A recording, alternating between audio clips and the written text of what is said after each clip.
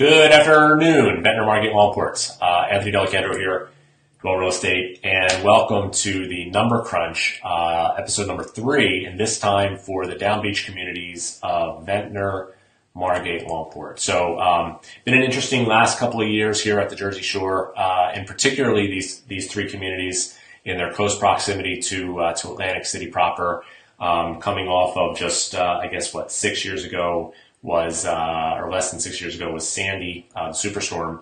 And so we've gone through a combination of recovery from Sandy together with recovery from the overall economic climate that took place, both post Sandy as well as post some of the things that have been happening in Atlantic City proper. So to dive right in, I've got the reports complete and lives on a page on our website that I'm going to go to now and share my screen and just kind of walk through the basic outline of the report. As soon as we're finished, I'm going to load that link here on Facebook, so you can click directly to it and view the report. So without further ado, I'll jump in. And so just to understand the basic outline of the reports that I do, when I don't specify, right, these are residential housing trend reports. So I'm working under the confines of a one-family residential dwelling, meaning single-family home or a condominium, right? So what's not included in these numbers are multifamily, land, commercial, anything of that nature are excluded from this, at least this particular report. I'm working on a multifamily report, which is seeing an enormous uptick region-wide, and so I will share that later once we're done. But when we're working within the confines of right now within Ventnor, Margate, Longport, basically, as we can see, the number of sales that took place in the third quarter in that residential segment in both Ventnor and Margate had a rather dramatic uptick. 4% more sales in Ventnor, 24% more sales in Margate. We also saw median home sale price jump up rather dramatically in both communities. 16% increase in median home sale price in Ventnor and a dramatic uptick in Margate. So really, really good news. Longport's continued to be a little bit of an anomaly at the Jersey Shore in that the inventory has continued to really struggle. We have, as we scan down a little lower, the number of listings that came onto the market is down, but also the number of sales is down. So a little bit of a backwards movement in median home sale price, but there tends to be an ebb and flow throughout the year in Longport just because it is such a small community, and median home sale prices in communities that have less than 50 sales have a tendency to be very volatile. So that's all we're experiencing here. Nothing that I'm overly concerned about, but just knowing like where the numbers are. So, terms of number of sales, 17 to 15 reflects obviously almost 12%, but not a huge decline. As we get into listing activity, again, right, number of listings that came onto the market down in Ventnor, relatively stable in Margate, and then we look at where the absorption rate is, meaning the number of months supply that's on the market, or the number of months that it would take to sell off all of the existing inventory, right? They both linger in a balanced and leaning a little bit more towards a buyer's market. So a lot of inventory. What we saw happen was immediately following Sandy, there were a lot of development opportunities. So we saw a lot of new construction, like the number of new construction permits has been up in double digits over the course of the last 3 years. So that increase, that delivered a lot more supply to the inventory. And so, there's a little bit of an imbalance. A lot of older homes that are still kind of lingering, while newer homes have been very, very active. And so we have a little bit of an inflated inventory in those markets. As we scroll down, like I've done in the other reports for the other towns, I segmented those inventories and those absorption rates based upon price points. And again, we're seeing very similar trends. When we're at or below median, we're seeing a really fast-moving market, right? Remember from the original absorption report that's on the site, when we've got less than a 6-month supply of homes, we have a tendency to see, right, more demand, less supply.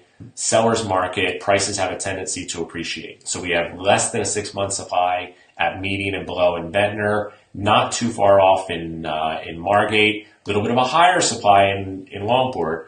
When we move into that trade-up price point, which for my definition purposes is 2 times median, right? At 2 times median in Ventnor, we have a little bit of a bigger supply, 9.6 months. That's where the demand tends to get a little tight. In Margate, again, 12 months. Longport, interestingly, it actually lowers. We have a little bit more demand in the higher price points when we're in Margate. Again, a little bit of an anomaly in the market. And then when we move up into what I would define as like the luxury segment, right, meaning 2 times plus median sales price, we tend to have a pretty, like, overall down the line, higher levels of inventory, not quite as much demand, a little bit more geared towards a buyer's market. So that's how the market breaks down in terms of segmentation within the price points. I also completed a 5-year look back, except that what's different here in Ventnor, Margate, Longport, unlike the offshore reports that I did, is I segmented the market based upon single family versus condominiums. And so mainly because there's obviously a much different balance than there are offshore. A lot more condominiums impact the market and in many cases impact the market in a substantial way with both price and volume. So as we can see, as we look back, we can see the number of sales. Single-family homes, the first city here, Ventnor, right? We saw the number of single-family homes decline a little bit as we got into the number of listings taken declined rather dramatically from last year till this year, right? The number of listings taken in the third quarter was holding relatively steady in 2013, 14, 15, 16, and then kind of fell off a cliff when we hit 17.